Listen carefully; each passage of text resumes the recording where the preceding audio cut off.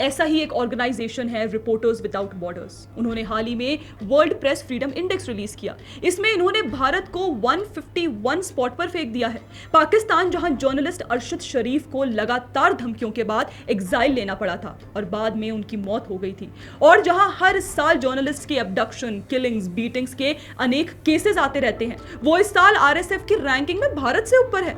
दोस्तों, ये rankings overly biased और ओवरली नेगेटिव है और टूलकिट वाले इकोसिस्टम के ब्रॉड परसेप्शन पर बेस्ड है। लेकिन सबसे बड़ी बात यह है कि यह इंडिया का अनफेयर कंपैरिजन करती है उन देशों के साथ जो या तो अथॉरिटेरियन रेजिम्स हैं, या जहां फ्रीडम का नामो निशान ही नहीं है, या जहां आंतरिक स्थिति, आंतरिक युद्ध या अन्य देशों के साथ युद्ध से शैटर्ड है, डिस्टर्ब्ड है।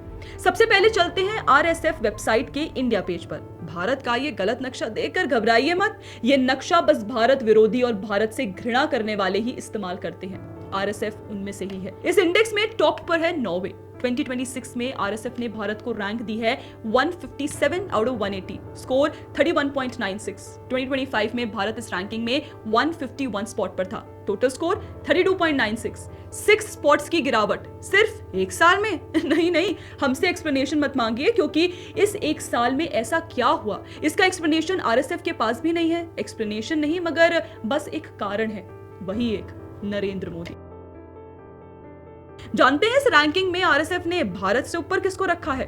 नेपाल 87, पैलेस्टीन 156 स्पॉट पर, पाकिस्तान, जहां इस्लामिक एक्सट्रीमिज्म के चलते सिविल सोसाइटी के पास आवाज ही नहीं है, 153 स्पॉट पर है। आरएसएफ के 2025 इंडेक्स में पाकिस्तान 158 स्पॉट पर था। 2026 में बांग्लादेश 152 स्पॉट पर है और बर्किनो फासो। मित्रों, जब भी ऐसी रैंकिंग्स आती हैं तो उसका ध्यान इन बातों पर जाता होगा कि इन रैंकिंग्स में किन किन देशों को भारत से ऊपर आंका गया है, या पाकिस्तान जैसा देश इन रैंकिंग्स में कौन से स्पॉट पर रखा गया, या internal strife, regime change, migrant issues से स्ट्रगल करते हुए नेशंस इन रैंकिंग्स में कहां हैं।